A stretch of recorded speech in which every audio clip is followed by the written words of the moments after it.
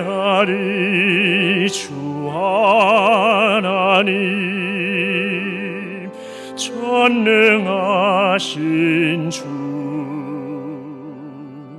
경배하리 평화의 왕, 주를 사랑합니다.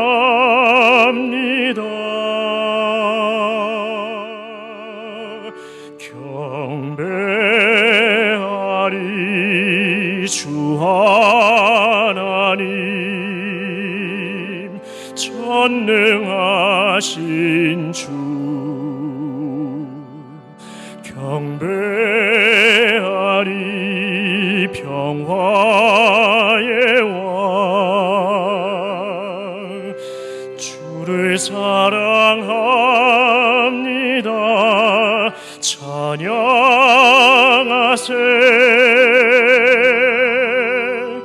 누가 주와 같으리.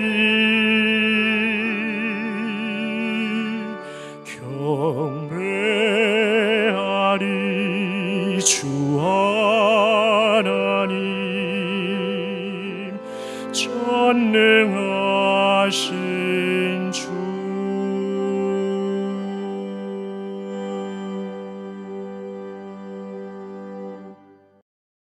조용히 기도하심으로 성령 강림 후 제14주 주일 예배를 하나님께 드리겠습니다.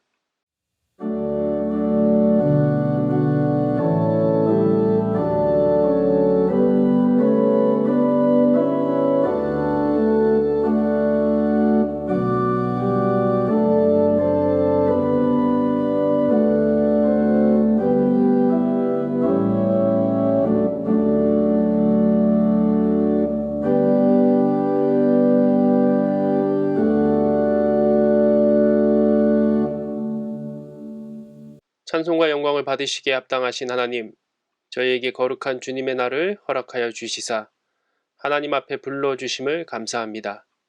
이 시간 예수 그리스도를 통하여 계시하신 하나님의 구원 역사를 경험하게 하시며 성령께서 임재하셔서 저희로 하여금 영과 진리로 예배하게 하옵소서. 이 예배로 하나님께 모든 영광을 드리게 하시고 저희들에게 큰 은혜와 평강을 허락하여 주옵소서. 예수 그리스도의 이름으로 기도합니다. 아멘. 교독문 63번 시편 145편 교독하겠습니다. 왕이신 나의 하나님이여, 내가 주를 높이고 영원히 주의 이름을 송축하리이다. 내가 날마다 주를 송축하며 영원히 주의 이름을 송축하리이다. 여호와는 위대하시니 크게 찬양할 것이라. 그의 위대하심을 측량하지 못하리로다. 대대로 주께서 행하신 일을 크게 찬양하며 주의 능한 일을 선포하리로다. 주의 존귀하고 영광스러운 위엄과 주의 기이한 일들을 나는 작은 소리로 읊조리리이다. 사람들은 주의 두려운 일의 권능을 말할 것이요 나도 주의 위대하심을 선포하리이다. 그들이 주의 크신 은혜를 기념하여 말하며 주의 의를 노래하리이다. 여호와는 은혜로우시며 긍휼이 많으시며 노하기를 더디하시며 인자하심이 크시도다. 여호와께서는 모든 것을 선대하시며 그 지으신 모든 것에 긍휼을 베푸시는도다. 여호와여, 주께서 지으신 모든 것들이 주께 감사하며 주의 성도들이 주를 송축하리이다. 아멘. 사도신경으로 신앙 고백하시겠습니다. 전능하사 천지를 만드신 하나님 아버지를 내가 믿사오며 그 외아들 우리 주 예수 그리스도를 믿사오니 이는 성령으로 잉태하사 동정녀 마리아에게 나시고 본디오 빌라도에게 고난을 받으사 십자가에 못 박혀 죽으시고 장사한 지 사흘 만에 죽은 자 가운데서 다시 살아나시며 하늘에 오르사 전능하신 하나님 우편에 앉아 계시다가 저희로서 산 자와 죽은 자를 심판하러 오시리라. 성령을 믿사오며 거룩한 공예와 성도가 서로 교통하는 것과 죄를 사하여 주시는 것과 몸이 다시 사는 것과 영원히 사는 것을 믿사옵나이다. 아멘. 경배 찬송은 42장 다같이 부르시겠습니다. 거룩한 주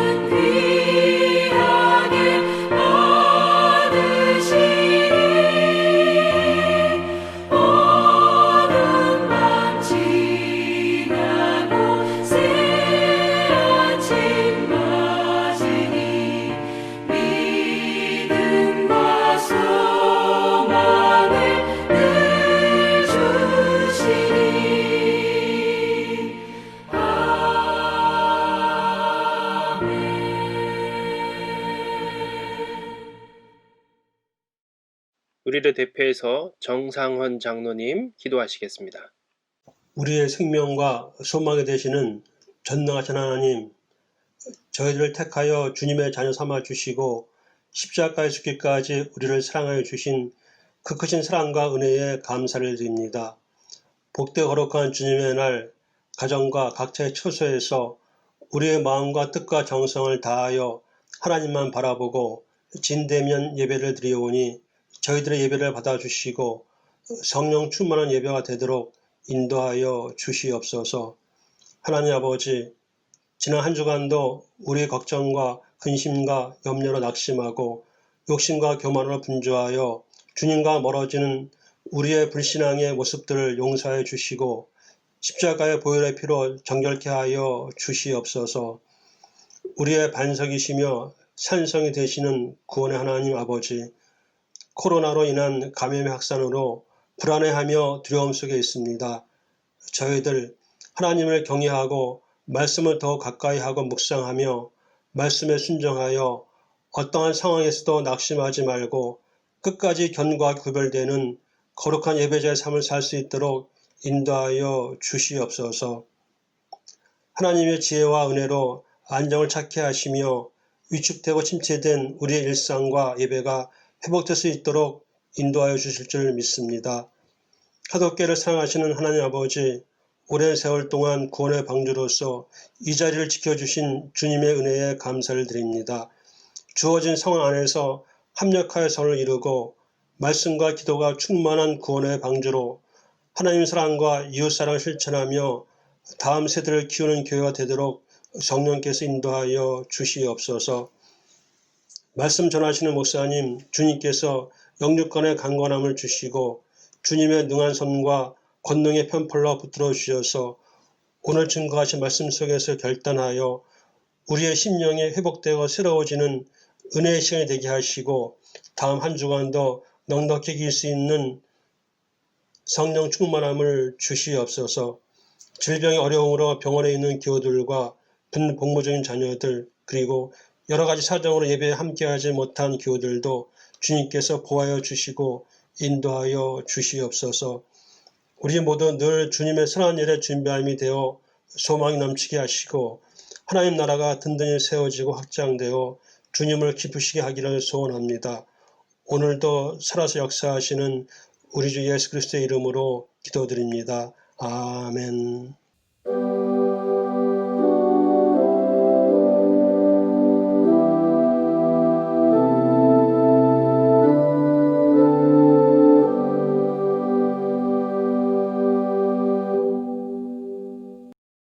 감사찬송 442장 부르시면서 준비하신 헌금 봉헌하시겠습니다. 집에서 드려진 헌금은 교회 오실 때 모아서 내시면 됩니다. 저 장미꽃 위에 있음 아직 맺혀 있는 그때에 귀에 흐르는 소리 들리니 주 음성 분명하다. 주님 나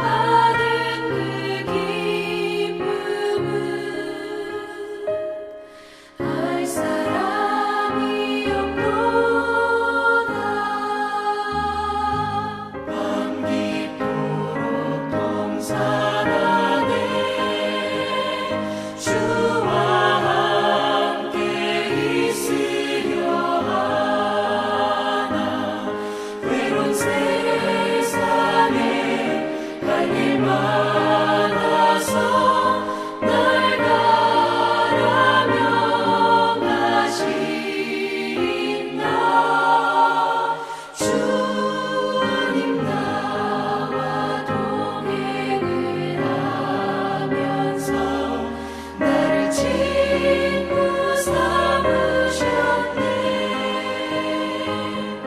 우리 서로 받은 그 기쁨은 알 사람이 없도다.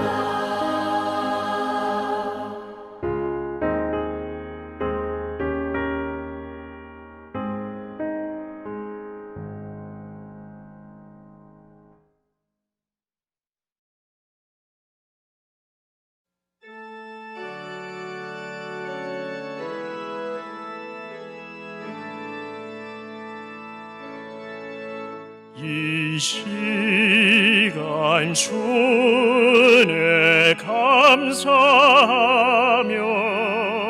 내 정성을 드립니다. 내 마음과 삶도 드리오니 주여 받아 주소서.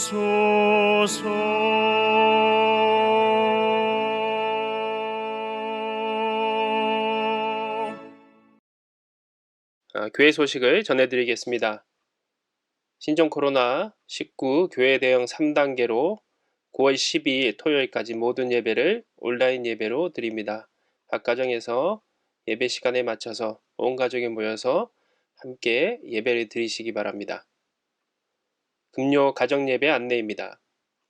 하나님과 진짜 대면하는 금요 가정예배를 온 가족이 함께 드리시기 바랍니다. 가정예배 안내서는 교회 홍보 페이지에서 다운로드 가능합니다. 또한 가정별로 카톡으로도 전해드립니다. 못 받으신 분은 사무실 연락 주시면 보내드립니다. 예배드린 영상이나 사진을 집화장에게 전해주시면 함께 은혜를 나누겠습니다. 바이블 아카데미 안내입니다. 성경 각 권별로 연구하고 통독하는 프로그램입니다. 유튜브를 통해서 매주 화요일, 목요일 오전 10시에 영상이 업로드됩니다. 자료 다운로드는 교회 홍보 페이지에서 가능합니다. 미리 그 주간에 해당하는 성경을 읽고 강의 자료 다운받아 강의를 들으시고 강의를 들은 후 문제를 풀어 나중에 교회 오실 때 제출하시기 바랍니다. 교회학교 여름신앙훈련 안내입니다. 코로나19로 가정훈련 및 온라인으로 대체합니다. 각 부서별로 신앙훈련 후 인증 동영상을 각 부서 전도사님들에게 전송해 주시기 바랍니다. 오늘부터 9월 한 달 동안 주일과 금요일 유튜브에 영상을 업로드합니다. 영상을 시청하면서 여름신앙훈련 참여 아이들을 위해서 기도 및 축복해 주시기 바랍니다. 오늘 우리에게 주신 하나님의 말씀은 욥기 42장 7절부터 9절 말씀입니다. 봉독하겠습니다.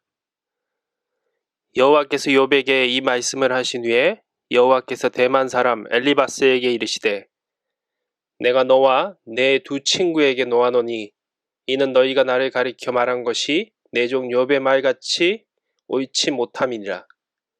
그런즉 너희는 수소 7과 수장 7을 가지고 내 종 욥에게 가서 너희를 위하여 번제를 드리라. 내 종 욥이 너희를 위하여 기도할 것인즉 내가 그를 기쁘게 받으리니 너희가 우매한 만큼 너희에게 갚지 아니하리라. 이는 너희가 나를 가리켜 말한 것이 내 종 욥의 말같이 옳지 못함이라. 이에 대만 사람 엘리바스와 수아 사람 빌닷과 나아마 사람 소발이 가서 여호와께서 자기들에게 명령하신 대로 행하니라. 여호와께서 욥을 기쁘게 받으셨더라. 아멘. 글로리아 찬양대에 찬양이 있겠습니다.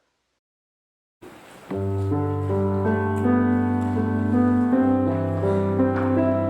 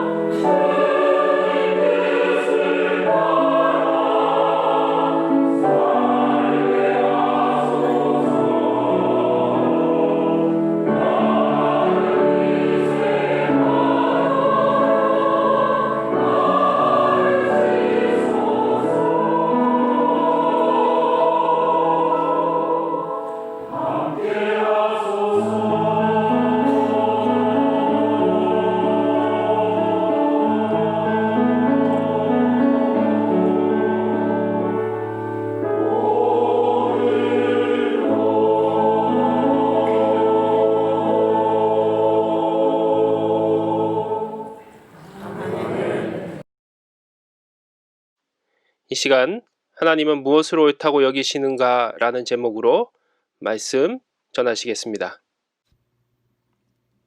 기도하겠습니다. 하나님, 오늘도 우리들에게 귀한 예배를 주셔서 감사합니다. 가족들이 같이 모여서 하나님 앞에 드려지는 예배가 신령과 진정으로 드려지는 참된 예배가 될 수 있도록 성령께서 우리 사랑하는 교우님들의 가정마다 임하여 주시기 원합니다.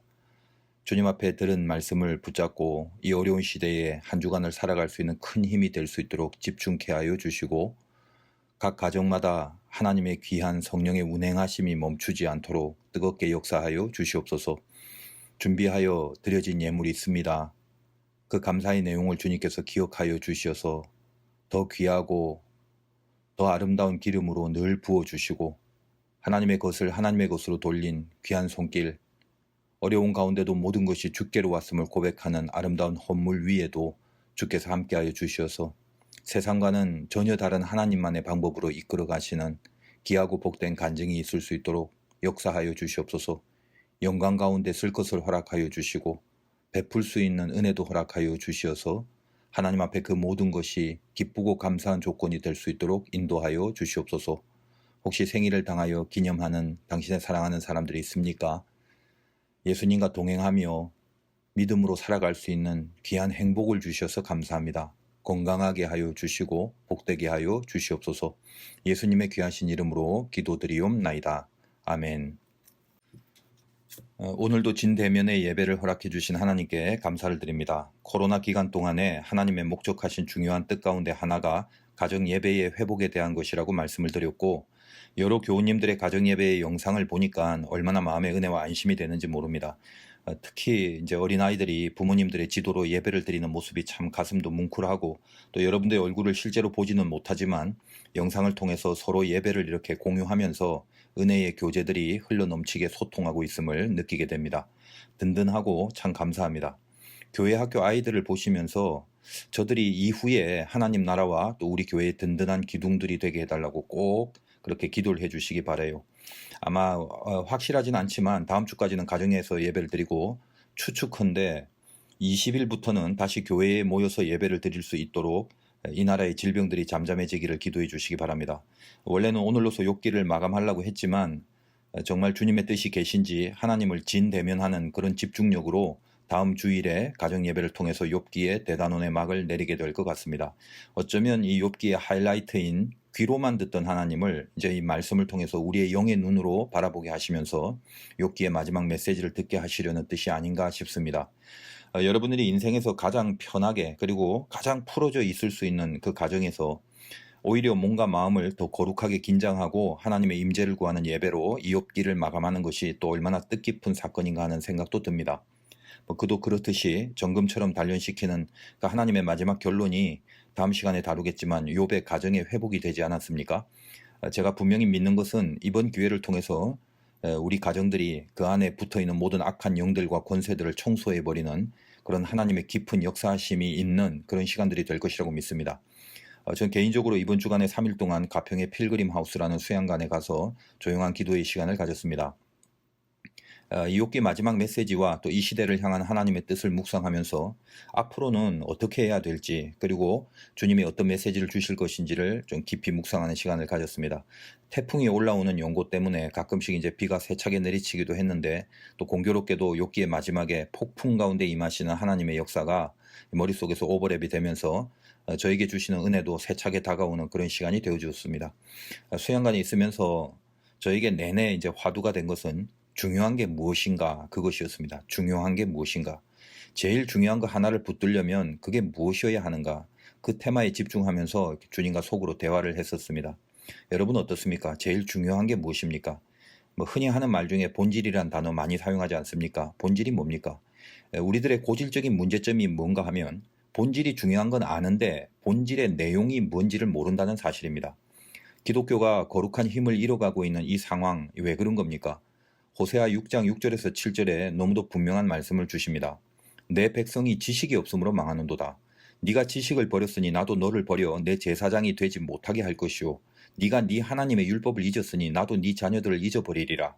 그들은 번성할수록 내게 범죄하니 내가 그들의 영화를 변하여 욕이 되게 하리라. 잘 알고 있는 말씀이지만 왜 그렇게 강력하게 다가오는지 모르겠습니다. 그들이 번성할수록 내게 범죄한답니다. 그들의 영화가 변해서 오히려 욕이 되게 한다는 말씀입니다. 기독교가 욕을 먹고 있는 지금의 상황과 다르지 않습니다. 영광이 있어야 될 교회가 욕이 되고 있다는 겁니다. 왜 이렇게 되었단 말입니까? 내 백성이 지식이 없어서 망한다. 무슨 지식입니까? 세상 학문이나 학벌이 아니죠. 여호와를 아는 지식, 그것이 없는 거죠. 도대체 하나님이 누구신지, 또 하나님이 무엇을 원하고 계시는지 그걸 모른답니다. 그래서 어떻게 되어버린 겁니까? 다들 입으로는 하나님 찾고 다들 예배라는 종교적인 행사에 참석을 합니다. 다 같이 하나님이 최고랍니다. 그 하나님의 뜻을 따라야 한답니다. 근데 너무도 우습고 너무도 황당한 게 뭔가 하면 그 하나님의 뜻을 따르는 것에는 전부 다 동의를 하는데 그 하나님이 원하시는 뜻의 내용이 전부 다 다르다는 겁니다. 왜 한 하나님인데 그 하나님의 뜻이라고 하는 내용들은 왜 그렇게 다르다는 말입니까? 여호와를 아는 지식이 없다는 겁니다. 쉽게 말해서 하나님이 원하시는 게 도대체 뭔지를 모른다는 말입니다. 여러분 어떻습니까? 하나님이 원하시는 뜻을 또 그 내용을 과연 잘 알고 계십니까?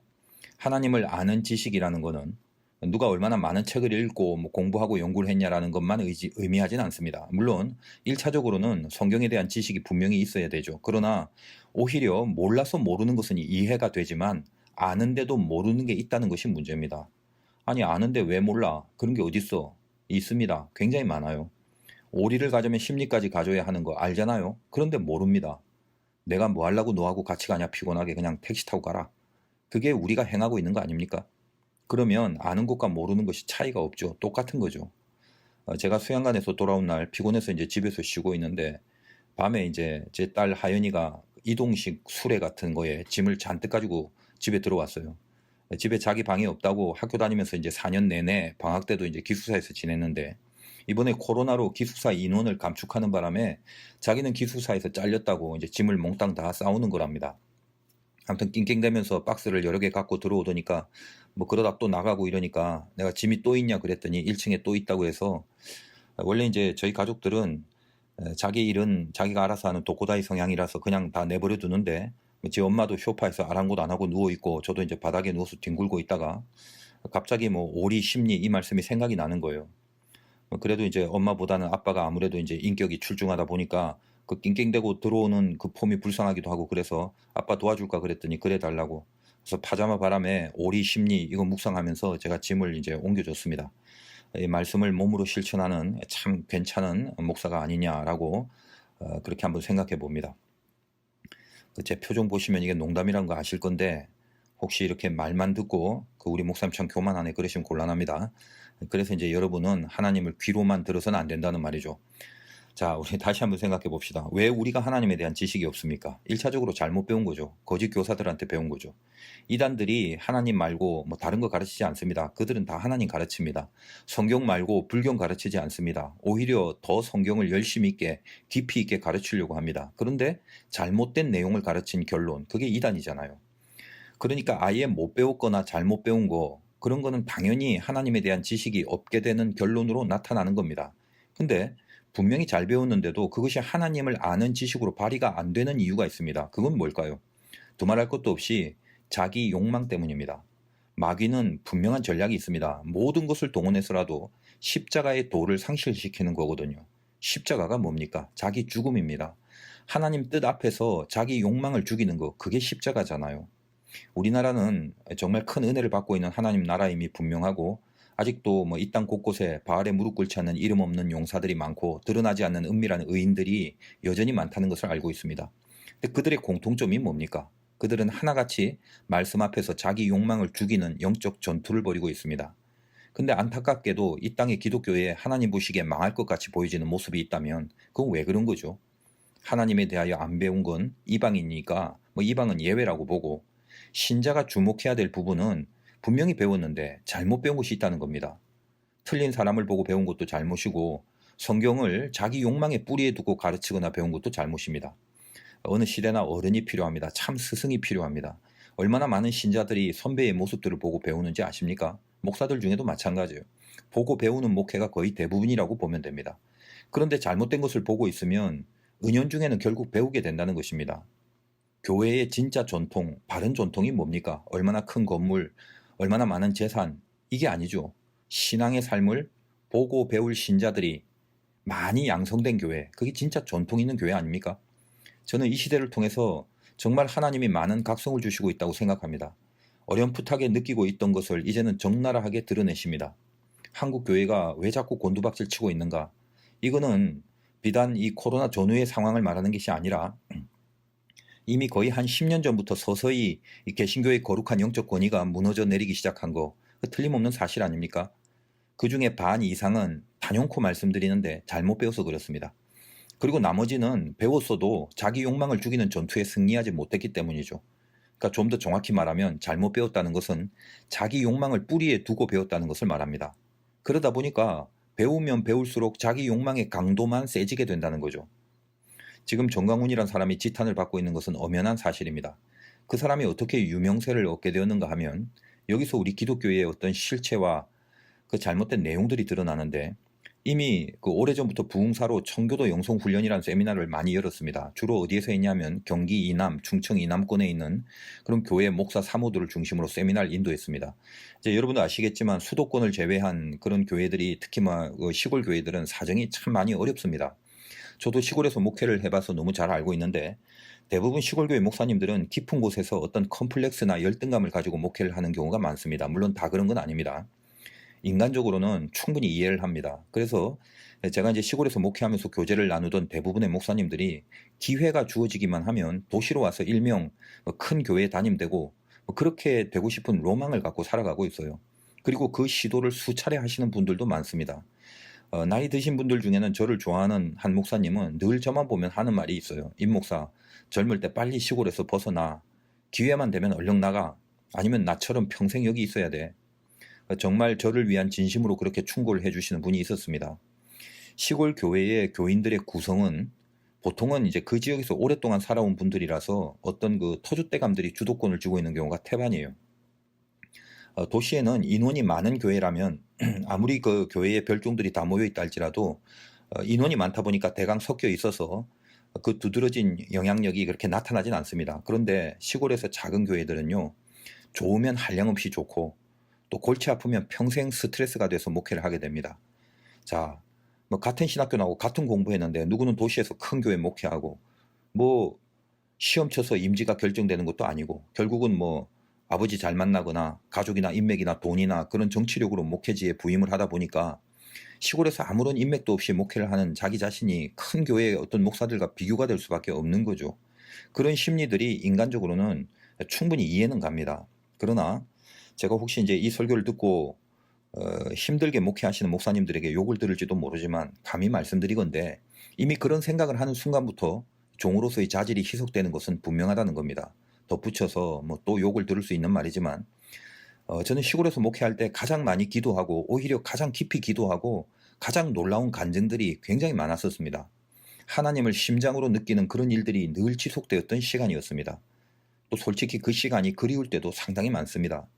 다시 말씀드리지만 저와 다른 목회자들을 비교하면서 왜 여러분들은 나같이 못하냐 이런 소리를 하는 것 같이 들리신다면 아무튼 양해해 주시기 바라요. 그럴 의도는 제가 허리만큼도 없습니다. 거의 17년 전에 목회를 했던 시골 목회지만 저는 아직도 그곳의 교인들과 소식도 주고받고 제가 근처에 집회를 가게 되면요, 모두들 오셔서 같이 만나고 반갑게 교제를 나눕니다. 그래 너 잘났다 그렇게 생각하지 마시길 바라요. 제가 이렇게 말씀드리는 핵심은 저는 그곳에서요, 제 인생에 있어서 자기 욕망을 가장 많이 죽이고 잘라내는 그 일에 가장 많이 분발했던 아름다운 시간이었기 때문입니다. 그런데 정광훈이 인도하는 세미나에서, 참고로 제가 그 사람을 목사라고 지칭하지 못하는 것은 저의 영이 허락을 하지 않기 때문이에요. 어떤 의도에서든지 간에 자기 야욕으로 인해서 정치적으로 토사구팽당하는 부끄러운 기독교의 목사이기 때문에 제가 아웃을 시키는 것만이 아니라 그게 어떤 의도이든지 간에 하나님 까불면 나한테 죽어라는 워딩을 뱉는 사람을 목사로 지칭한다는 것은 제 신앙 양심이 허락하지 않기 때문이에요. 안 믿는 세상 사람들이 정치적 의도로 그 사람 부추기고 앵벌이를 시키는 건 이해가 갑니다. 정치판이라는 건 당연히 그런 것밖에 없는 거니까 그걸 뭐라고 하지는 않겠습니다. 정치하는 세상 사람들은 하나님이 중요한 게 아니고 하나님은 관심도 없잖아요. 하나님이란 이름과 조직을 이용해서 그렇게 하는 건 당연한 정치인들의 성향이죠. 그러나 우리는 뭡니까? 하나님을 아버지로 믿고 살아가는 사람들 아닙니까? 그 사람을 정치인으로 보고 동조하는 건 말리진 않겠어요. 자유민주주의 사회에서 그런 건 말릴 권한도 없고요. 그러나 하나님 까불면 나한테 죽어라고 말한 사람을 기독교의 목사로 따르고 추종한다는 것은 이게 심각한 영적 상태라고 볼 수밖에 없는 겁니다. 그 사람이 시골에 수백이나 수천의 그 목회자들 모아두고 그 유명한 뭐 빤스 발언 이런 거 합니다. 교회 아무 여집사한테 가서 빤스 내려 하면 두 말 안 하고 따르면 진짜 집사. 아무 장로한테 가서 인감도장 가져와 그러면 대꾸도 없이 가지고 오면 그 장로가 진짜 장로. 그렇게 하면서 세미나 중에 그런 발언을 합니다. 근데 중요한 거는 수많은 목회자들이 그 말에 열광을 합니다. 도무지 평신도조차 이해가 안 되는 상황이에요. 왜 수많은 목회자들이 그걸 듣고 열광하고 추종할까? 이유는 명확합니다. 자신들의 컴플렉스를 긁어주는 카타르시스를 느끼기 때문이거든요. 이제껏 어쩔 수 없이 한심하게 누르고만 있었던 자기 욕망, 크게 되고 싶고 성공하고 싶은 그 그릇된 목회의 야욕이 그런 세미나에서 그런 소리를 들으면서 자기 욕망의 극대화를 느끼게 만드는 겁니다. 그래 저거야 저렇게 돼야 목회할 맛이 나지. 내가 이제껏 목사인데 교인들이 내 말은 안 듣고 대우를 안 해주고 내가 이렇게는 못 해먹겠다. 나도 저 사람한테 배우고 추종해서 나도 맘대로 떵떵거리면서 자기 욕망을 실현시켜보자. 저 사람 말을 잘 따르면 나도 저렇게 할 수 있을 것 같다. 그렇게 미쳐가는 겁니다. 오늘 저는 어쩔 수 없이 이토록 신랄할 수밖에 없음을 이해해 주시기 바라고요. 목사마저도 결국은 목회를 자기 욕망의 도구로 사용하는 수준이 되어버렸단 겁니다. 그 사람의 윤리, 도덕적 수준, 하나님을 모욕하는 언사들이 아무리 도를 넘어도 상관이 없습니다. 왜? 중요한 거는 자기 욕망의 실현이기 때문이죠. 그것이 우상입니다. 본질이 뭐죠? 하나님의 뜻을 따르는 거, 그거 동의하잖아요. 근데 그 하나님의 뜻의 내용이 뭐냐고요?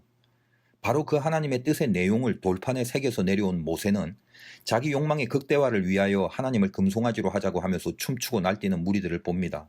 모세는 거기서 하나님의 계명을 던져서 깨트려 버리죠. 하나님에 대한 지식을 배우기도 전에 그들은 애굽에서 잘못 배웠던 우상신앙을 따라가고 있었습니다. 한번 잘못 각인된 영성은 그 경지가 심각해요. 모세는 도무지 그들에게 올바른 하나님의 뜻이 무엇인지를 가르쳐줄 수준이 안 된다는 걸 감지하고 계명의 돌판을 던져서 깨트린 것입니다. 그리고 그 죄로 인해서 수많은 사람들이 심판을 당합니다. 저는 개인적으로 이 사건이 이미 한국 교회를 향하여 하나님이 돌판을 깨트려버린 시기라고 생각을 합니다. 전부 다 자기 욕망에 사로잡혀 살아갑니다.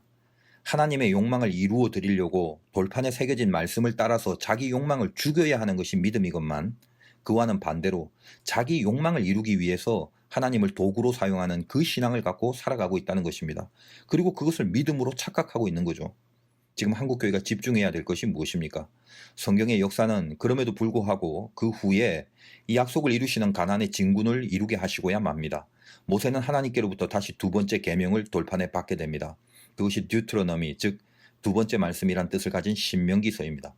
모세는 이후에 여호수아와 갈렙이라는 걸출한 리더들과 함께 출애굽 제2세대에게 두 번째 말씀을 제시하면서 약속의 땅으로 진군하게 만듭니다.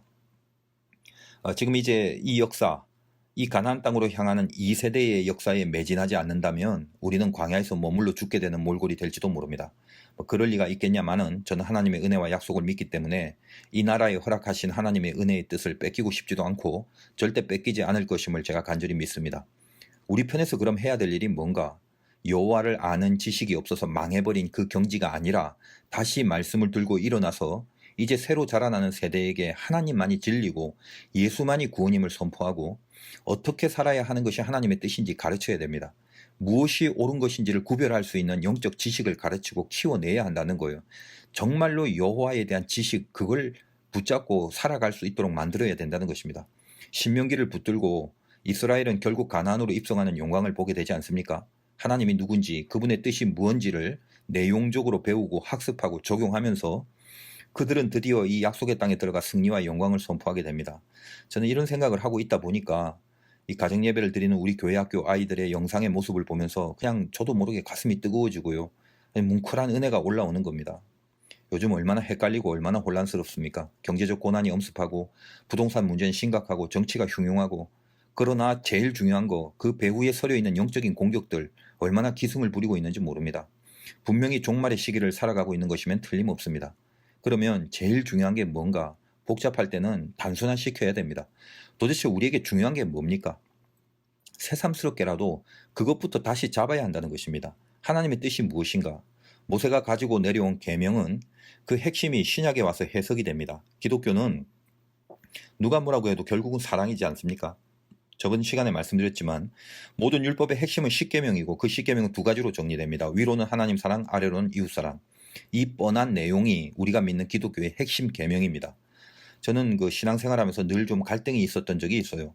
자, 하나님 사랑, 이웃 사랑. 하나님 사랑은 할 수 있을 것 같아요. 은혜 충만할 때는 정말 하나님 목숨 걸고 사랑할 수 있을 때도, 그럴 때도 있었습니다. 근데 이상하게 이웃 사랑이라고 그러면 감이 떨어져요.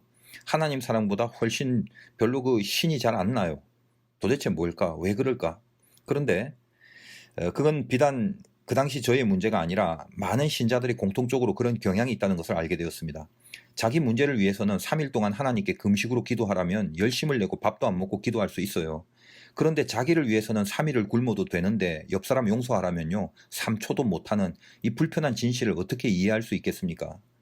여러분 안에 이미 답습되어 온 내용, 그게 뭐냐 하면 능력 이러면 흥이 나는데 사랑 이러면 식상해진다는 거예요. 왜 그러죠? 뿌리가 잘못된 겁니다. 기독교는 능력의 종교가 아니라 사랑의 종교예요. 그 시작을 붙잡지 못하면 우리는 늘 휘둘리고 늘 방황합니다. 제일 중요한 거 붙잡으라고 했죠. 그게 뭡니까? 사랑입니다. 에이, 또 그 소리야? 뻔한 소리야? 맞습니다. 또 그 소리고 또 뻔한 소리예요. 가장 중요한데 가장 크게 놓치고 있는 거 그겁니다. 그래서 여호와를 아는 지식이 없어져 버리게 된다는 겁니다. 본질이 중요하다는 것만 알지 본질의 내용이 뭔가를 분명히 하지 못하는 거, 문제가 거기에 있다는 것입니다. 우리 다시 시작해야 돼요. 하나님 사랑 그리고 이웃 사랑. 아니 다시 말하면 하나님을 사랑하기에 이웃을 사랑할 수밖에 없는 그 사랑을 다시 처음부터 붙들고 시작해야 된다는 겁니다. 제가 초등학교 다닐 때 웬 학교에 학생들이 그렇게 많은지 점심시간에 운동장에서 축구하면요 수십 팀이 한 번에 하다 보니까 축구공이 막 공중에서 수십 개가 날아다닙니다. 그러다가 보통 평균 3번 정도는 이 뒤통수에 다른 팀들이 찬 공에 맞아서 막 별들이 번쩍번쩍 보인 적이 많아요. 가끔은 이제 우리 팀인 줄 알고 비슷하게 생긴 축구공 따라가서 남의 공을 찬 적도 많고요. 같은 골대에는 뭐 골키퍼들이 평균 한 10명 정도는 다 늘 머물러 있습니다. 그 당시에는 어떻게 그렇게 놀았는지 모르겠어요. 매일 점심시간 도시락 빨리 까먹고 축구할 생각에 늘 들떠 있었습니다. 근데 경기 중에는요 자존심이 걸린 중요한 게임이 가끔 있습니다. 저 같은 경우는 이제 경험상 우리 반에 축구 잘하는 애들, 그걸 일명 이제 일진팀이라고 하고 좀 못하는 애들은 이제 이진팀이라고 그러는데 어릴 때는요 축구 좀 하면 어깨에 힘주고 다니고 그랬거든요. 저는 일진 중에서 그닥 이렇게 부각이 되지 않는 그런 멤버입니다. 평균 정도밖에 못하는 정도죠. 근데 평소에는 그 점심 때는 별로 안 뛰고요. 왜냐하면 뭐 어디서 막 뒤에서 날라오는 공이 있다 보니까 거기 안 맞으려고 신경을 늘 곤두세고 있다 보니까 정작 내 경기에는 몰두를 잘 못하는 경향이 많았습니다. 그 뒤통수에 공 한번 맞아보면 무지하게 아프거든요. 그래서 그거 맞을 것이 늘 두려웠었어요. 근데 그러던 어느 날 이제 의협심이 발동해서 우리 반에 이제 이진 팀들이 늘 그 놀려대는 일진 팀들하고 이제 시합을 하기로 했는데 이제 거들먹거리는 일진 팀들이 갑자기 제가 꼴보기가 싫어갖고 제가 이제 일진에서 빠지고 이진 팀에 끼어서 시합을 하기로 했습니다. 그 나름 반란이었죠. 저는 그때 이제 반장을 했고 은근히 이제 위치가 있어서인지 그 늘 멸시천대 받는 이진 팀들이 엄청난 소망을 갖고 이제 시합을 하게 돼서 야, 뭐 반장이 우리하고 같이 뛴대 막 그러면서. 근데 이제 당시에 일진들이 시합을 할 때는 450원짜리 고무공이 아니라 1200원짜리 다이아몬드 가죽공을 사용하는데 그 당시 이 가죽공을 가져온 학생들이 별로 없어요. 이 공 한번 갖고 오면 굉장히 우러러 보던 시기인데 제가 이제 그 공이 있습니다. 그래서 그 공을 갖고 학교로 와서 스스로 이제 이진 팀에 합류해서 자존심을 건 시합을 한 겁니다. 제가 이제 이진 아이들 불러놓고 야 우리 넘어져 무릎이 다 까지더라도 무조건 이겨야 된다. 아무튼 파이팅 하면서 실력 딸리는 이진들 데리고 참 눈물겨운 경기를 시전하게 된 적이 있습니다. 그날 결론은 2대1로 이제 지고 있다가 이제 반장 권한으로 상대편의 이제 반칙을 제가 억지로 주장해갖고 페널티킥으로 이제 한 골을 제가 넣어갖고 2대2로 무승부가 됐어요. 근데 그날은 생생하게 기억이 납니다. 실력 딸리는 애들의 자존심을 건 그런 한판 승이기 때문에 한 번도 그 복잡한 운동장에서 제가 경기하는 제 팀의 공을 제 눈으로 놓친 적이 없어요. 그날도 여러 번 뒤통수에 남의 팀 공을 맞았지만 전혀 신경 쓰이지 않았습니다. 여러 번 넘어졌어도 몸을 던지면서 경기를 했어요. 저는 그날 처음으로 뒤통수에 공 맞을 두려움이 하나도 없었던 경험을 하게 됩니다. 수십 개의 넘나드는 이 공 중에서 나한테 제일 중요한 단 한 개의 공, 다이아몬드 가죽공, 오로지 그것만 쫓아다녔다는 것입니다. 제일 중요한 것이 분명해지면요 다른 것으로 흔들리지 않습니다. 하나님의 뜻이 무엇인가? 계명이죠. 그 계명의 핵심이 무엇인가? 하나님 사랑과 이웃 사랑입니다. 누가복음 10장에 이제 이 테마를 다루는 주님의 비유가 있습니다. 어떤 율법 교사가 주님을 시험하려고 질문을 하죠. 뭘 해야 영생을 얻을 수 있냐고 묻습니다. 적어도 이제 시험하려는 의도만 빼면요, 무지하게 중요한 질문 아닙니까? 주님은 이제 율법 교사가 물었으니까 율법에 무엇이라고 되어 있는지를 다시 묻습니다. 율법에 무엇이라고 되어 있으며 동시에 네가 그것을 어떻게 읽느냐, 그런 식으로 물으세요. 그러니까 단지 율법에 적힌 글자의 내용뿐만 아니라 그걸 네가 어떻게 해석을 하느냐라는 것을 물으시는 겁니다. 여호와를 아는 지식이라는 게 그분의 뜻과 그 뜻의 내용까지 분명히 알아야 한다고 말씀드렸듯이 주님이 묻는 질문의 의도가 바로 그런 것이었습니다. 계명을 아는 게 중요한 게 아니라 그것의 내용이 틀리지 않아야 한다는 말이죠. 율법사가 대답합니다. 요약을 하자면 하나님 사랑하고 이웃을 사랑하라 했다고 레위기와 신명기를 이용하여 말을 드립니다. 주님이 네 대답이 옳다고 하시죠. 그리고 그렇게 행하면 산다고 말씀하십니다. 그때 율법사가 옳게 보이려고 내 이웃이 누구냐고 다시 묻습니다. 바로 이 질문에 그 유명한 선한 사마리아인의 비유가 등장합니다. 우리는 이 비유를 잘 알고 있지 않습니까? 자, 강도 만나서 옷 벗기고 거의 맞아서 죽을 지경이 된 사람이 있는데 제사장도 그냥 지나가고 레위인도 그냥 지나가고, 근데 어떤 사마리아인이 그를 불쌍히 여겨서 기름과 포도주를 상처에 붓고 자기 짐승에 태워 주막에 데려가서 돌보고, 또 주막 주인에게 돈을 주고 그 사람 돌봐주라고, 내가 다시 올 거라고, 비용 더 들면 그때 갚아줄 거라고. 자, 여기서 주님은 강도 만난 자의 이웃이 누구냐라고 율법사에게 묻습니다. 율법 교사는 자비를 베푼 자, 즉 사마리아인이라고 말하죠. 그리고 나서 주님은 가서 너도 이와 같이 하라라고 이제 그 비유가 끝이 납니다. 자, 이 본문만 따로 놓고 그러고 전해야 될 메시지들이 굉장히 많습니다. 오늘 이제 제가 전해드리는 주제에 집중해서 다시 한번 생각을 해봅시다. 우리가 제일 중요한 게 뭐냐? 사랑이죠. 그러니까 오늘 율법사도 영생이라는 가장 중요한 인생의 질문을 하면서 계명에 보니까 하나님 사랑과 이웃 사랑, 그게 가장 중요한 계명이라는 것을 각인시켜주고 있지 않습니까? 그런데 이제 율법사의 말을 보면 물론 이제 성경에 근거한 대답이지만 하나님 사랑에 대해서는 수식어구가 참 많습니다. 그냥 하나님 사랑 이렇게 말 안 합니다. 네 마음을 다하여, 목숨을 다하여, 힘을 다하여, 뜻을 다하여 주 너의 하나님을 사랑하고, 그런 식으로 말하죠. 그러나 이제 그 다음에 이어지는 이웃 사랑은 수식어구가 없어요. 그냥 또한 네 이웃을 네 자신같이 사랑하라 하였나이다, 그렇게 말합니다. 아까 이제 제가 잠시 말씀드렸죠. 하나님 사랑은 열심을 낼 수 있는데 이웃 사랑은 그냥 식상하게만 느껴진다고요. 그래서 이제 우리는 3일 금식은 마음과 뜻과 목숨 다해 할 수 있지만 옆 사람 용서는 3초도 못한다고 그랬죠. 왜 그러죠? 자기 욕망을 이루기 위해서는 하나님을 얼마든지 사랑하고 하나님께 얼마든지 기도할 수 있잖아요. 왜요? 사랑할수록, 하나님 사랑할수록 그것은 자기 욕망을 이룰 수 있는 조건이 강해지는 거기 때문에 그런 겁니다. 그러나 이웃사랑은 뭐죠? 자기 욕망을 죽여야 가능한 게 이웃사랑이죠. 그래서 싫은 거예요. 다시 말하면 아무리 하나님을 사랑한다 하고 하나님께 모든 것을 쏟아붓는다 해도요, 그 중심이 자기 욕망이라면 그건 하나님의 뜻에 부합하는 내용이 아니란 말을 하는 거죠. 율법사, 제사장, 레위인, 그 지나친 사람들 다 뭐죠? 종교 지도자들 아닙니까? 그들이 율법을 얼마나 중시해요. 다시 말하면 하나님을 얼마나 사랑하는 것 같이 보이겠습니까? 그런데 뭐예요? 지금 자기 욕망의 실현을 위해서 하나님을 사랑하는 그 모습이거든요. 하나님을 자기 욕망의 도구로 여기는 바로 그런 수준에 있는 한은 절대로 이웃을 동일한 가치와 심정으로 사랑할 수 없다는 말이죠. 그래서 정말 하나님을 사랑하는 사람이라면 그 사랑으로 이웃을 분명히 사랑할 수 있는 그 연결이 된다는 말씀을 하시는 겁니다. 그러니까 그런지 아닌지 확인하려면, 내가 이웃을 사랑하는 자인지 그걸 한번 확인해 보려면 일단은 이웃이 누군가를 알고 싶다는 말을 이 율법사가 하는 것 아니겠습니까? 그래서 율법 교사가 자기가 제대로 하나님 사랑하고 있는 그런 사람이라는 것을 좀 보이려고, 그럼 이웃이 누굽니까? 누군지 몰라도 내가 하나님을 이렇게 사랑하는 사람인데, 그러니까 율법 다 지키고 사는 율법 교사인데 당연히 이 정도면 하나님 사랑은 분명한 거고, 그 다음에 그러면 이웃 사랑하라고 하니까 이웃이라면 누굴 말하는 거냐고 다시 묻는 거거든요. 그때 비유를 드시잖아요. 근데 이제 이게 면밀하게 성경을 잘 봐야 돼요. 이거는 성경의 누가복음 본문을 찾아놓고 곰곰이 생각해야 되는 부분인데 시간이 이제 너무 많이 가니까 하여간 잘 따라오시길 바랍니다. 중요한 문제예요. 정신을 똑바로 차리셔야지 이해가 됩니다. 자, 주님이 비유로 다 말씀하시고, 지금 율법사의 질문은 누가 자기한테 이웃이 되는가, 그걸 물었어요.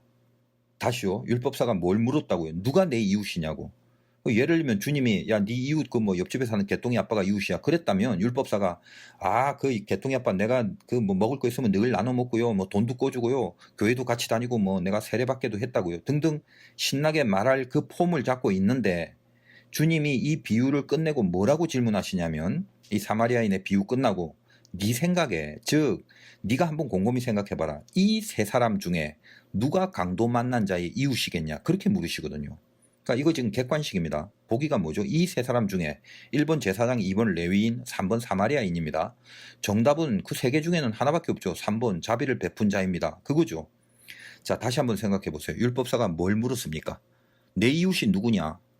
나 하나님도 사랑하고 이웃도 사랑하니까 그거 생색 한번 내보려고 그거 단호하게 한번 더 말하려고 이웃이 누구냐라고 물었는데 그러면 혹시 보기 중에 강도 만난 자가 4번 이렇게 있었으면 그냥 통밥으로 야 이웃 사랑하라고 했으니까 강도 만난 자를 사랑하면 이웃을 사랑하는 거 아니냐. 그러니까 정답은 강도 만난 자가 이웃이라면 그러면 이제 율법사는 내가 이웃 사랑하는 것 즉 강도 만난 자 같이 어려운 사람들 사랑하면 되니까 주변에 힘들고 가난하고 그런 사람들 일반적으로 어려운 사람들 이웃으로 삼고 뭐 그들 잘 섬기고 뭐 나눠 먹고 김치 갖다 주고 그러면서 살면 깔끔하고 율법사도 뭐 그거 어렵지 않잖아요. 그렇게 하고 있다가 그렇게 뭐 윤리적으로 도덕적으로 훈훈하게 끝나면 되잖아요. 근데 이게 지금 중요한 게 뭐냐면 그 주님이 이웃이라고 드는 보기에는 강도 만난 자가 없습니다. 그러니까 주변에 내가 도와줄 어려운 사람, 내가 도와줘야 될 무슨 힘든 사람을 이웃으로 아예 예를 들지 않아요. 제사장, 레위인, 사마리아인 3명입니다. 이 중에 누가 강도 만난 자의 이웃이냐 물었죠.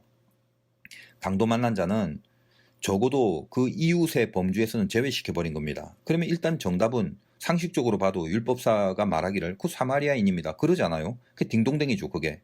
그러면 다시 한번 생각해 보세요. 율법사가 자기한테 이웃이 누구냐고 물었는데 정답은 사마리아인이라고 하지 않습니까? 그리고 나서 주님이 가서 너도 이와 같이 하라 그렇게 끝납니다. 그러면 율법사에게 야 너도 이와 같이 하라 이 말인데 그 이와 같이 하란 말이 그 이와 같이가 무슨 말입니까?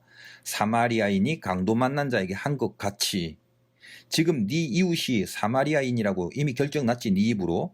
그러니까 바로 네 이웃이 되는 그 사마리아인들에게 오늘 비유에서 나온 그 사마리아인이 강도 만난 자에게 한 것처럼 너 율법사야 너도 네 이웃인 사마리아인에게 바로 그런 식으로 해라 그런 말씀이라고요. 이게 복잡하면서도 아리까리하죠.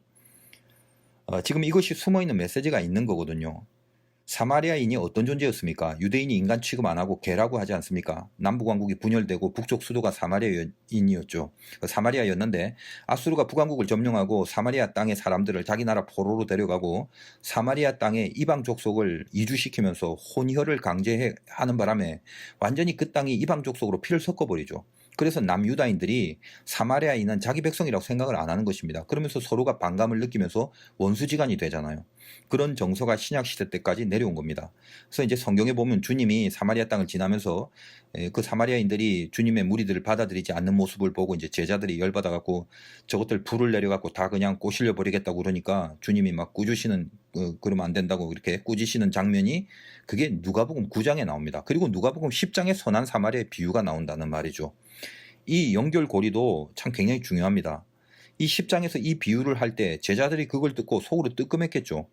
지금 이 비유는 제자들에게 하는 그 제자들도 듣는 비유일 수도 있겠지만 더 중요한 것은 지금 율법에 빠삭한 율법 교사에게 비유를 든 것이니까 그 율법 교사는 구약을 다 알지 않습니까? 그래서 사실은 예수님의 이 선한 사마리아의 비유의 뿌리는 역대하 28장에 나와 있어요.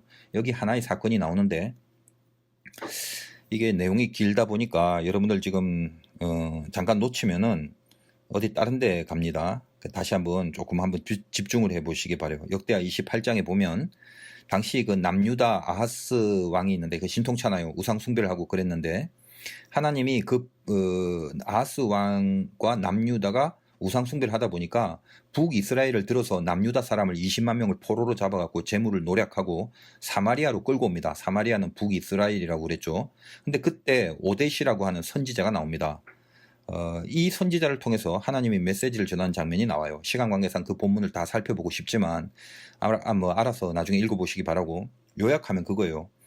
오데세 메시지가 뭐냐 하면 북왕국 사람들아 니들은 죄 없냐? 하나님이 지금 남유다가 죄를 지어갖고 그 훈계하려고 북왕국 니들을 좀 사용했을 뿐이다. 니들이 잘나고 실력이 있어서 남유다인들을 포로로 데리고 온 게 아니다 이 말이다. 그러니까 니들도 주제를 알고 혼나기 전에 그 노예 삼으려고 했던 남유다인들 다 풀어줘라. 안 그러면 니들도 혼난다. 지금 그 말을 대강 하는 거거든요.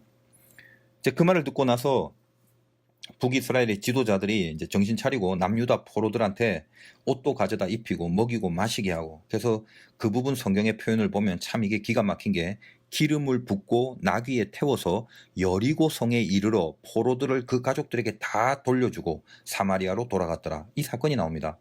이거 지금 이 사건은 주님의 비유의 뿌리가 되는 사건이 되는 거예요. 여러분, 누가복음의 사마리아 비유가 뭡니까? 강도 만난 자에게 먹이고 입히고 기름을 붓고, 더군다나 강도 만난 자는 여리고로 내려가던 중이라고 주님이 비유를 말하면서, 이게 비유인데 팩트가 아니라 굳이 여리고라는 지명을 언급하면서 비유를 드시잖아요. 왜요? 이게 역대하에 있는 그 여리고성에 이르러 포로들을 다 돌려줬다는 그 내용을 아시기 때문에. 그리고 이 비유를 듣고 있는 율법 교사가 자기도 그 내용을 뻔히 알 건데 번뜩 스치는 생각이 뭐겠어요? 이거 역대기에 5대 선지자로 하여금 말하게 하신 그 사건인데 하면서 속에서 깊은 깨달음이 일어날 것 아닙니까? 지금 주님이 이 계명의 본질을 말하시는 장면이죠. 자, 우리가 혼탁한 이 시대에 제일 중요한 거 놓치지 말라고 그랬죠. 사랑. 하나님 사랑이 자기 욕망의 뿌리가 아니라면 당연히 그 사랑은 이웃 사랑으로 이어지는 것이라고 했죠. 그 이웃을 네 자신같이 사랑해라.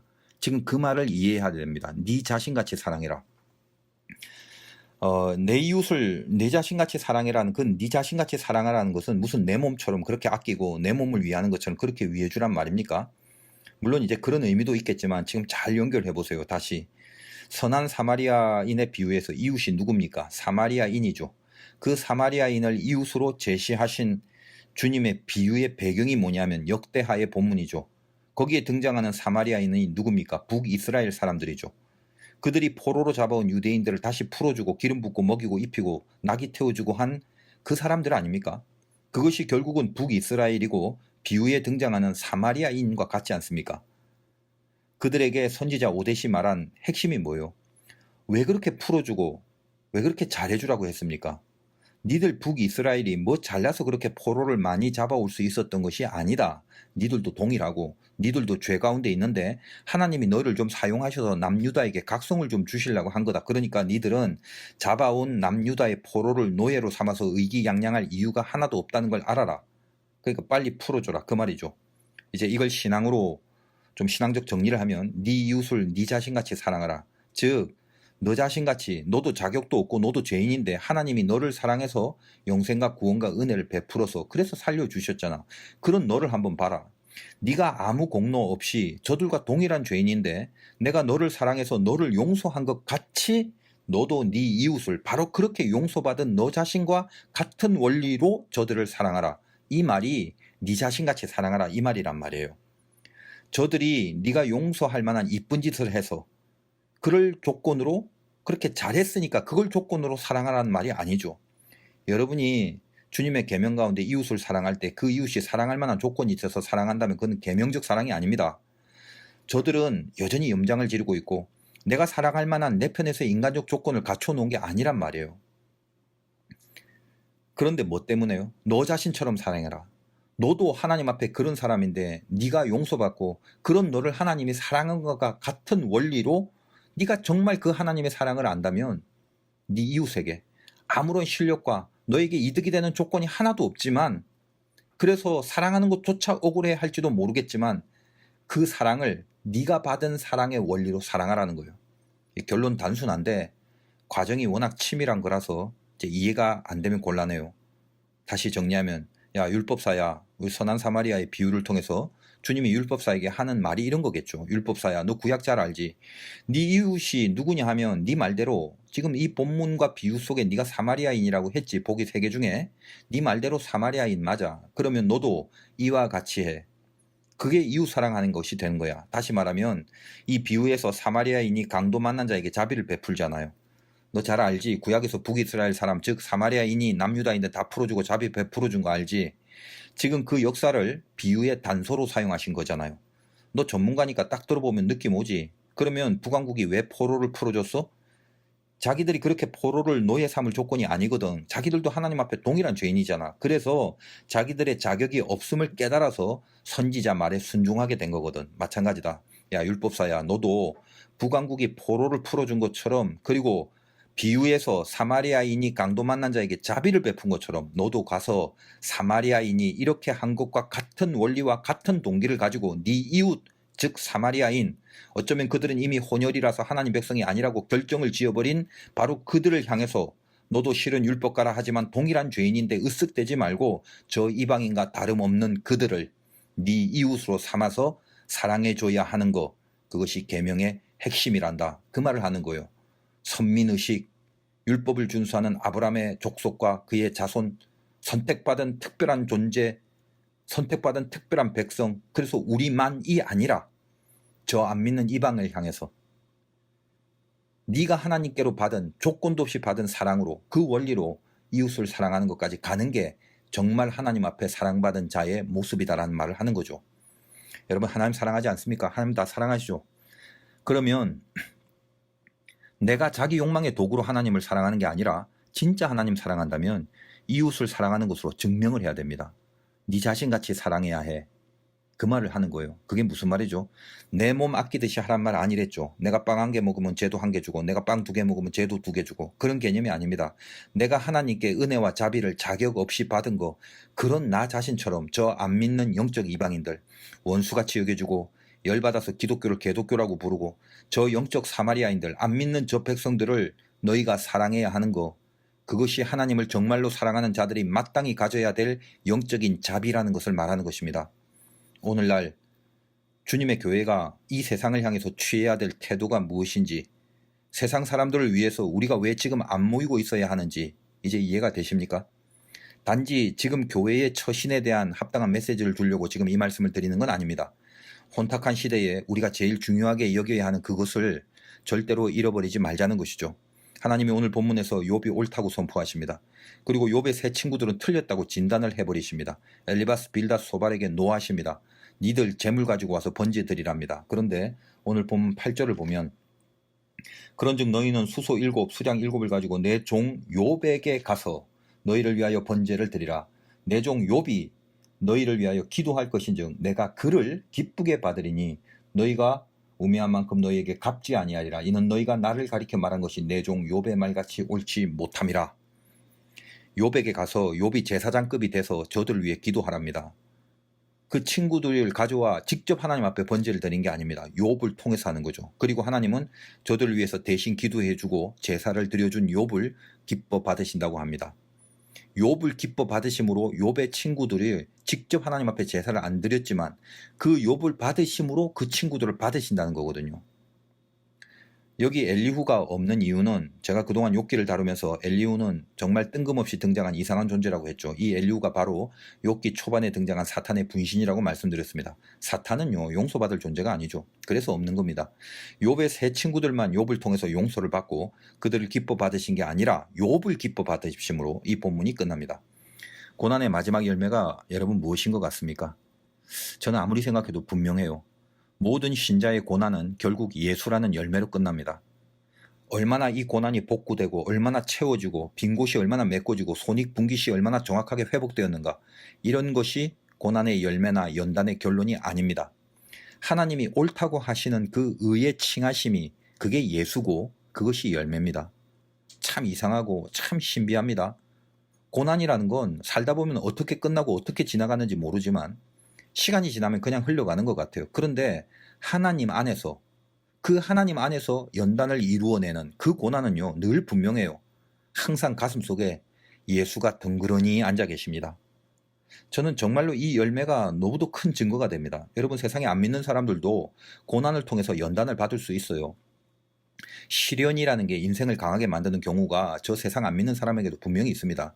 그래서 이제 가만히 보면 안 믿는 자들에게 고난은 자포자기로 가는 부정적인 결론도 있지만 긍정적으로는 경륜도 생기고 노련함도 생기고 강인함이 생기더라고요. 좀 거칠게 표현하면 악이 생기고 깡이 생깁니다. 그러나 믿음 없는 자들에게는요, 절대로 예수는 생기지가 않습니다. 이것이 하나님 자녀들과의 명백한 차이죠. 우리는요, 무조건 결국 모든 고난의 끝에서 예수가 남습니다. 이것이 한량없는 감사고 한량없는 은혜임을 나중에 우리는 느끼게 됩니다. 하나님이 우리로 하여금 옳다고 여기실 만한 조건이 우리에게 뭐가 있습니까? 욥도 마찬가지고 새 친구도 동일합니다. 우리도 마찬가지고 세상의 사마리아인도 마찬가지고 제사장의 레위인 다 마찬가지. 어디서 고개를 뻣뻣하게 들고 어디서 교만 방자하고 마치 자기가 하나님인 듯 살아갈 수 있겠습니까? 우리가 뭘 안다고 하나님에 대해서 이거저거 판단 다 내려버리고 자기 생각과 틀리면 무조건 하나님도 틀렸다고 원망하고 불평하고 저주하고 살아갈 수 있단 말입니까? 하나님이 옳다고 여기시는 것은 오로지 고난받은 종 그 욥이 하나님을 저버리지 않고 그 고난이 십자가가 돼서 저 친구들을 위해 중보로 기도해주고 대신 제사를 지내줄 때 그 고난의 종을 하나님이 받으심으로 그 친구들도 용서하시고 드디어 옳다고 여겨주시는 그 옳다 하심만이 있을 뿐이란 말입니다. 그래서 욥은 그 이유 없는 고난부터가 십자가를 상징하고 우리를 위해 죽으신 고난의 주님을 상징화하는 존재로 지금 여기까지 오게 된 겁니다. 고난을 통과한 욥이기 때문에 드디어 남들을 위해서 대신 중보자가 될 수 있는 겁니다. 십자가를 지신 주님이시기 때문에 우리를 위하여 드디어 대신 용서해 주실 수 있는 중보자가 되어 주십니다. 정리해 봅시다. 제일 중요한 것을 붙들어야 될 시구입니다. 뭐가 중요해요? 하나님 사랑과 이웃 사랑이에요. 하나님을 사랑한다고 하면서 자기 욕망을 위해서 하나님을 사랑하는 것이 아니어야 되는데 참된 하나님의 사랑이 맞는지 틀린지는 내가 네 자신같이 이웃을 사랑하느냐 안 하느냐로 판가름 납니다. 이웃이 누구라고요? 내가 조건 없이 하나님의 자비와 사랑을 받았듯이 저 세상에 안 믿고 죄짓고 하나님 모르거나 무시하고 살아가는 모든 영적 사마리아인들, 그 이웃에게 하나님의 값없는 은혜로 자녀가 된 바로 그런 나와 같은 원리로 아무 조건도 자격도 실력도 없고 늘 열받게 만드는 저 세상의 백성들을 너도 사랑하면서 살아야 한다. 그겁니다. 그러나 혹시 자기 욕망의 실현을 위해서 하나님을 사랑하는 것 뿐이라면요, 결코 세상을 향한 사랑이 발휘될 수 없음을 알라는 거예요. 지금 교회가 만약에 세상을 사랑하고 저들을 감싸고 먹이고 입히고 상처를 치유하고 병을 낫게 해주기 위하여 그렇게 사랑하지 않고 있다면 그건 하나님이란 이름만 말할 뿐이죠. 기독교의 진짜 정체인 사람과는 무관한 이상한 종교를 가지고 살아가는 것일 뿐이란 말입니다. 오늘 우리가 교회가 이 세상을 사랑하고 이 세상을 섬기기 위하여 우리가 희생하고 우리 자신들의 교회의 욕망을 죽이는 근본적인 이유와 그 명분이 바로 이 말씀 안에 있다라는 거예요. 하나님이 옳다고 여기시는 그거, 하나님이 옳다고 여기시는 그 인정하심, 여러분 그거 우리가 받고 싶진 않습니까? 그게 사랑입니다. 사랑. 하나님이 옳다고 하는 거, 하나님 사랑이란 말이에요. 근데 그 사랑을 내가 하나님께 받아서 그래서 시작하는 게 신앙이라면요, 하나님은 나한테 도대체 어떻게 해줘서 나를 옳다고 여기시고 나를 사랑하실 수 있는 겁니까? 그것에 대해서 하나님은 고난을 통해서 자기 욕망을 죽이고 하나님의 욕망을 살리게 하십니다. 그리고 그것을 위해서 나를 위해 죽으신, 그리고 나를 위해 제사를 지내주시는 예수 그리스도를 너무도 선명하게 내 안에 넣어주십니다. 그래서 고난의 열매는요, 언제나 하나님 안에서는 예수가 되는 것뿐입니다. 예수가 제일 중요하게 될 때 그것을 하나님은 옳다고 하십니다. 명심하십시오. 우리는 지금까지 옳다, 틀리다라는 문제를 논리와 이론에 입각해서만 생각하려고 했습니다. 욥의 친구들이 전부 다 그거였죠. 그러나 뭐죠? 하나님이 옳다고 하시는 것은 예수입니다. 그리고 예수로 인하여 용서받은 모든 죄인들을 하나님은 옳다고 여기십니다. 누가 얼마를 더 알고 무엇을 더 어떻게 공부했냐, 그것으로 우리의 옳음을 판정할 수 없습니다. 예수만이. 그 예수로 인하여, 그 예수 때문에 하나님이 옳다고 여기시는 것, 그것뿐입니다. 고난의 끝에서 예수를 남게 만드시는 것, 그것이 하나님의 경륜이고 하나님의 사랑의 본체이시기도 합니다. 그 모습으로 살아가는 것이 기독교인입니다. 욥을 옳다고 여기시는 것은 욥의 고난을 통하여 예수 그리스도를 필요로 했던 그 욥의 고백을 통하여 예수 때문에 욥이 옳게 된 것이고, 그 옳은 욥 때문에 욥의 친구들을 옳게 여기셨습니다. 욥이나 욥의 친구들이 무슨 해박한 지식이나 무슨 선명한 이론과 논리, 완벽한 어떤 내용들, 완벽한 설명들, 이런 것들이 가능해서 그를 옳다고 본 것이 아닙니다. 오직 하나, 그 안에 예수 그리스도의 십자가, 그 십자가의 임재가 있냐 없냐를 통해서 옳다 아니다를 판별하시는 그 하나님을 오늘 이 말씀 속에 저희들에게 주고 있다는 것입니다. 하나님께 옳다고 여김받고 싶은 마음 그 있지 않습니까? 하나님이 저에게 너 옳다라고 하면 얼마나 든든해요. 근데 세상에 어떤 이론이나 어떤 논리도 옳은 것은 없습니다. 하나님이 욥에게 세상의 모든 것을 물으신 궁극의 이유가 바로 그거예요. 세상의 풍조에 휩쓸리지 말라. 인간의 머리와 인간의 감정으로 옳은 것을 추구하지 마라. 옳다는 거, 의라는 거, 그거는 오로지 나를 위해 죽으신 그 예수만이 나에게 언제나 옳음이 될 뿐이다. 고린도후서 1장 표현으로 보면 언제나 그리스도 안에서만 예라고 할 수 있는 그것을 하나님이 옳게 여기신다. 여러분의 고난은 하나님이 겪어내게 하시는 섭리 안에서 늘 그 예수를 남겨주셔서 우리를 의의 자리로 이끌어 가시는 겁니다. 가슴에 예수가 있는 사람, 그것만이 옳다고 여기시는 것. 그래서 욥이나 친구들이나 그들의 논리와 그들의 이론이 옳은 게 아니라 예수가 있냐 없냐로 그들의 옳음을 평가하십니다. 고난은요, 욕망의 자리에서 예수의 자리로 나를 옮겨주십니다. 오늘 말씀을 통해서 자기 욕망의 자리를 하나님의 욕망으로 채우시기 바라요. 그러면 그 자리에는 언제나 나를 사랑하시는 예수 그리스도가 앉아 계실 겁니다. 그것을 하나님이 옳다고 하십니다. 승리하시고 든든해 하시기를 주님의 이름으로 축원드립니다.